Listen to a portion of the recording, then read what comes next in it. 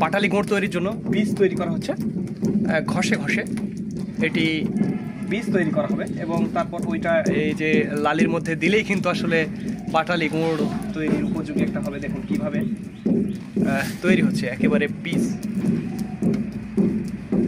এটাই তো সে বীজ গুড়, তাই না ভাই? এটার রেট আসলে কেমন? আসলে দাম বেশি না?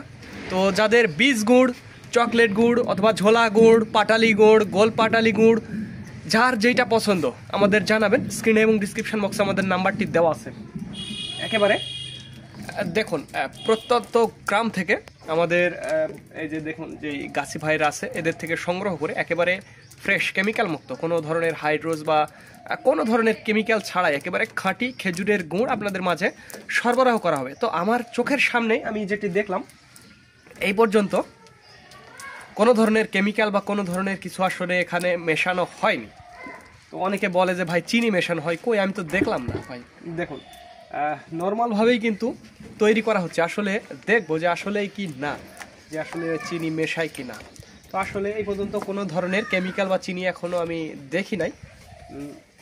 প্রাকৃতিকভাবেই গুড় তৈরির যে সরঞ্জাম প্রসেস সেটি আসলে তৈরি হচ্ছে। দেখুন কিভাবে গুড়টা তৈরি হবে, একেবারে খাঁটি খেজুরের গুড়, রাজশাহীর খাঁটি খেজুরের গুড়।